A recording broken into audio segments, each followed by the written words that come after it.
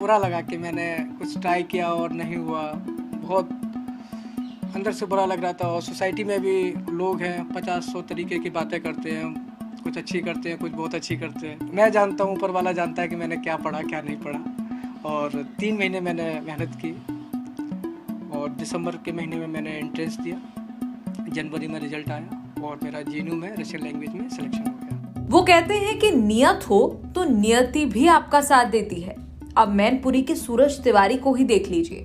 एक train accident में हाथ पैर कट गए, जिंदगी का सबसे बड़ा झटका लगा, लेकिन आज अफसर बनने जा रहे हैं। यूपीएससी परीक्षा में 917 रैंक आई है, लेकिन जिस हालत और हालात में उन्होंने पढ़ाई करके मुकाम हासिल किया, वो अपने आप में अविश्वसनीय है। बात 2017 की है। एक ट्रेन हादसे में सूरज तिवारी ने दोनों पैर गंवा दिए, एक हाथ भी नहीं है और दूसरे हाथ में सिर्फ 3 उंगलियां हैं। 6 साल पहले एक हादसे में उन्होंने शरीर के बेहद जरूरी अंग खो दिए। इस हादसे ने वैसे ही सूरज और उनके परिवार को पूरी तरह तोड़ दिया था, लेकिन अभी एक और गाज गिरनी बाकी थी। कुछ ही समय बाद सूरज के एक भाई की मौत हो गई। इससे घर की माली हालत और खराब हो गई। सूरज के पिता राजेश तिवारी टेलर मास्टर हैं। मैनपुरी के कुरावली गांव में एक छोटी सिलाई की दुकान चलाते हैं। एक बेटे के हादसे में हाथ पैर चले गए, दूसरे बेटे की मौत हो गई। इसके बाद पिता की भी मानसिक हालत का अंदाजा लगाना मुश्किल नहीं है, लेकिन सूरज ने हिम्मत नहीं हारी। उन्होंने यूपीएससी की परीक्षा देने का इरादा किया और इसके लिए पूरी शिद्दत से तैयारी की। जीवन सामान्य था, सामान्य सपने थे। अचानक से 29 जनवरी 2017 को मेरा एक रेल दुर्घटना में मेरा एक एक्सीडेंट हो जाता है। मैं चलती गाड़ी के अंदर था और काफ़ी भीड़ होने की वजह से मैं नीचे पटरी पे गिर गया और मैं बेहोश हो गया। जब मेरी आंखें खुली तो मैंने अपने आप को एम्स में पाया और जब एम्स में मेरी आंखें खुली तो मैंने देखा कि मैं अब अपना शरीर का जो अहम हिस्सा होता है वो मैं खो चुका हूँ। शायद उस समय मुझे ऐसा लगता था कि मैंने अपने पैर खो दिए, अपने हाथ खो दिए। और वो मोमेंट मेरी लाइफ का ऐसा था कि मैं उस मोमेंट को बता नहीं सकता हूँ कि वो क्या मोमेंट था मेरे लिए। कि जब डॉक्टर आया पहली बार, मैंने आंखें खोल ली, मैं होश में आया, डॉक्टर मेरे सामने खड़ा था। तो doctor come to me and he says what is your name. मैंने बोला कि मेरा नाम सूरज है। देन उन्होंने मुझसे बोला कि आपका एक छोटा सा एक्सीडेंट हुआ है और आप जानते हैं इस एक्सीडेंट के बारे में। तो मैंने बोला नहीं सर, मुझे लगा कि गिर गया होगा, छोटा मोटा एक्सीडेंट हो गया होगा। तो बोले कि आपका एक्सीडेंट हुआ है और आपने कि दाहिने हाथ की 2 उंगलियां चली गई हैं। तो मुझे बहुत बुरा लगा कि मेरे शरीर का एक अंग चला गया। मैं it is very difficult to me to understand without 2 fingers how it is possible. And I was thinking, and after 2 hours another doctor came to me and he told the same thing. I asking the same thing about my name, about my family, and he told कि आप जो है, आपको पता है कि आपका accident हुआ है। तो हाँ सर। तो बोलते हैं कि आपका सीधा हाथ नहीं है। तो मेरे लिए एक शॉकिंग मोमेंट था कि डॉक्टर ने बताया था मेरे दाहिने हाथ की 2 उंगलियां नहीं है, आप बोले सीधा हाथ नहीं है। उस समय मेरा पूरा बॉडी जो था सेंसिबल नहीं था। तो उन्होंने मेरा हाथ को उठाया तो आई वाज शॉक टोटली। तो बहुत परेशान हो गया कि अब कैसे क्या होगा कि हाथ नहीं है, बिना हाथों के मैं क्या करूँगा। दुनिया में सर्वाइवल के लिए हाथ ज़रूरी होते हैं। मैं अपसेट था बहुत ज़्यादा। फिर कुछ समय के बाद में 2 डॉक्टर और आते हैं और जब वो मेरे पैरों के बारे में मुझे बताते हैं तो मेरी लाइफ का सबसे टफेस्ट मोमेंट वो था जो कि जब डॉक्टर ने मुझे बताया कि मेरे पास कुछ नहीं है। मैं सोच रहा था मैं मेरी ज़िंदगी का क्या होगा, मैं कैसे जीऊँगा और मैं जीऊँगा क्यों। मुझे मेरी लाइफ का कोई पर्पस नहीं दिख रहा था। कुछ एकदम अंधेरा सा सामने था, कुछ दिख ही नहीं रहा है। फिर डॉक्टर्स ने मुझे काफ़ी समझाया, काफ़ी मोटिवेट किया, मुझे बहुत सारे वीडियोस दिखाए, बहुत सारे पर्सन विद डिसेबिलिटीज़ के बारे में बताया कि उनके बिना हाथ पैर होते हुए भी उन्होंने ज़िंदगी में वो करके दिखाया जो कि हम सोच भी नहीं सकते हैं। और उन्होंने मुझे काफ़ी मोटिवेट किया, काफ़ी समझाया कि कुछ नहीं खोया है ज़िंदगी में, बहुत आगे जा सकते हो। लेकिन उस समय दर्द इतना था कि वो मोटिवेशन शायद काम उतना नहीं किया, लेकिन 6 महीने मैं उस दर्द के साथ रहा हूँ। मेरा करीब 6 महीने एम्स में ट्रीटमेंट चला है।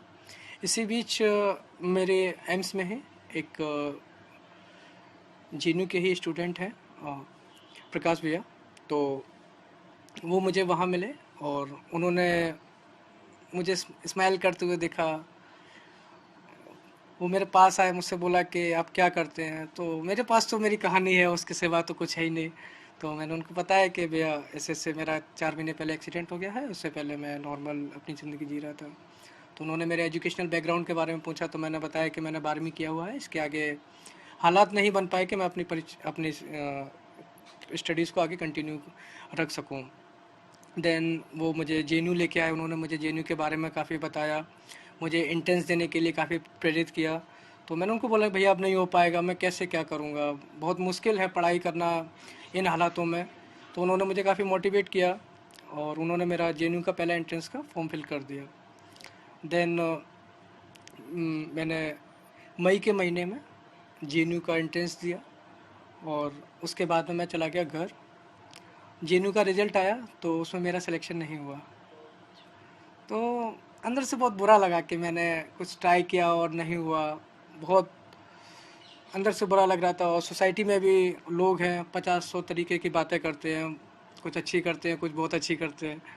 तो ज़िंदगी इस तरीके से थी कि समझ ही नहीं आ रहा था कि क्या करें। एक उम्मीद थी कि जेएनयू में सिलेक्शन हो जाएगा, वहाँ से भी हुआ नहीं।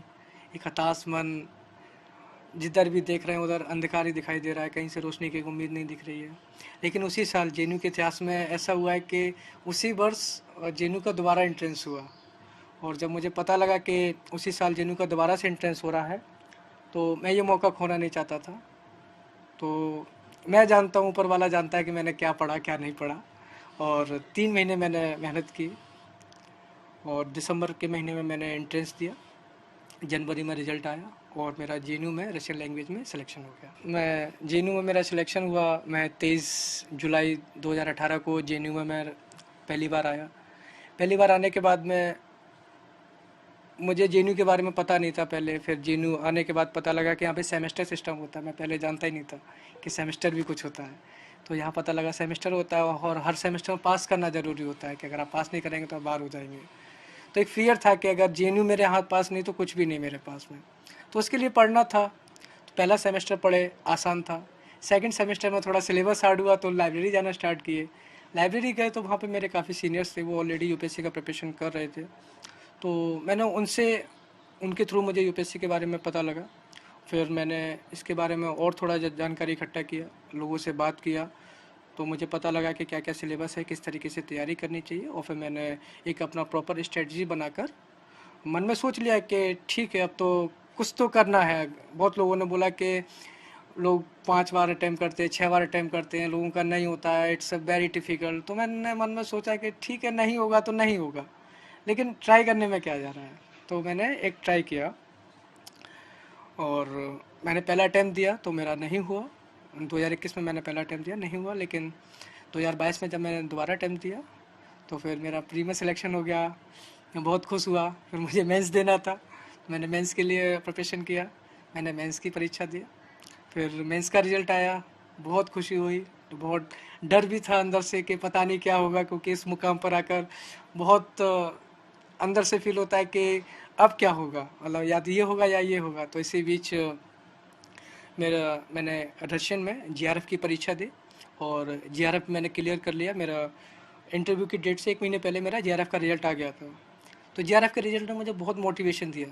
मुझे एक ऐसी हिम्मत दी कि मुझे रीढ़ की हड्डी के जैसे काम किया उसने। जीआरएफ के मेरे उस रिज़ल्ट ने मुझे काफ़ी ज़्यादा मोटिवेशन दिया कि मेरे पास कुछ तो है, मेरे आगे फ्यूचर के लिए मेरे हाथ में कुछ है। देन मेरा इंटरव्यू था 24 अप्रैल को, मैंने इंटरव्यू देने गया। इंटरव्यू का एक्सपीरियंस मेरा बहुत अच्छा रहा, पैनल बहुत अच्छा था और वो मोमेंट भी मेरी लाइफ का एक मेमोरेबल मोमेंट रहा है। सूरज ने यह भी बताया कि उनसे यूपीएससी इंटरव्यू में क्या कुछ सवाल पूछे गए। मेरे सवालों की शुरुआत मेरे जिले से हुई। चेयरपर्सन मैम थी, उन्होंने मुझसे पूछा कि can you tell me about your district. तो मैंने अपने शहर के बारे में जो कि मुझे पता था मैंने उनको बताया। फिर उसके बाद उन्होंने पूछा कि आपने रशियन लैंग्वेज बैचलर्स के लिए क्यों चूज़ किया। तो मैंने उनको पूरा बताया कि मुझे जेएनयू में आना था और जेएनयू में आने के लिए एक लैंग्वेज ही ऑप्शन था और उसमें मैंने रशियन में सिलेक्शन हुआ। तो मैंने रशियन को चूज़ नहीं किया, actually Russian chooses me. So she says nice and she so happy to hear this. क्या आपके एक्सीडेंट से रिलेटेड भी इंटरव्यू में बात हुई या फिर उन्होंने आपको बाकी कैंडिडेट की तरह ट्रीट किया? उन्होंने बाकी कैंडिडेट की तरह रशियन से सवाल पूछे, रशिया यूक्रेन वॉर से रिलेटेड सवाल पूछे, फिर यूपी से रिलेटेड सवाल पूछे, देन उन्होंने जेएनयू से रिलेटेड सवाल पूछे। कोई एक बहुत इंटरेस्टिंग सवाल जो आपसे पूछा हो जेएनयू से रिलेटेड? जेएनयू से रिलेटेड जो सवाल फेमस है उसको सबको पता है कि वाई जेएनयू इन कंट्रोवर्सीज। तो इसका जवाब तो सभी को पता ही है। तो जो जवाब है मैंने वही जवाब दिया एंड उन्होंने बोला कि हम सब लोग जानते हैं जेएनयू में क्या होता है, तो आप रिलैक्स फील करिए और जस्ट आपको जो आंसर आ रहा है वो बताइए। और जो सच्चाई है जो सबको पता है वही मैंने बताया कि जेएनयू जो है जो वही मैंने बताया। सूरज ने बताया उन्होंने बिना कोचिंग के ही यूपीएससी परीक्षा की पूरी तैयारी की। किसी भी कोचिंग इंस्टीट्यूट से कोई भी कोचिंग नहीं ली है और मैंने मॉक दिए हैं इंटरव्यू के लिए। कुछ मॉक्स हैं वो मैंने कोचिंग इंस्टीट्यूट में जाके दिए हैं। और जैसा कि घंटों वाली बात की, तो मेरी प्रिपरेशन में घंटों का हिसाब रहा नहीं है क्योंकि मेरी स्ट्रेटजी ही मैंने अलग बनाई।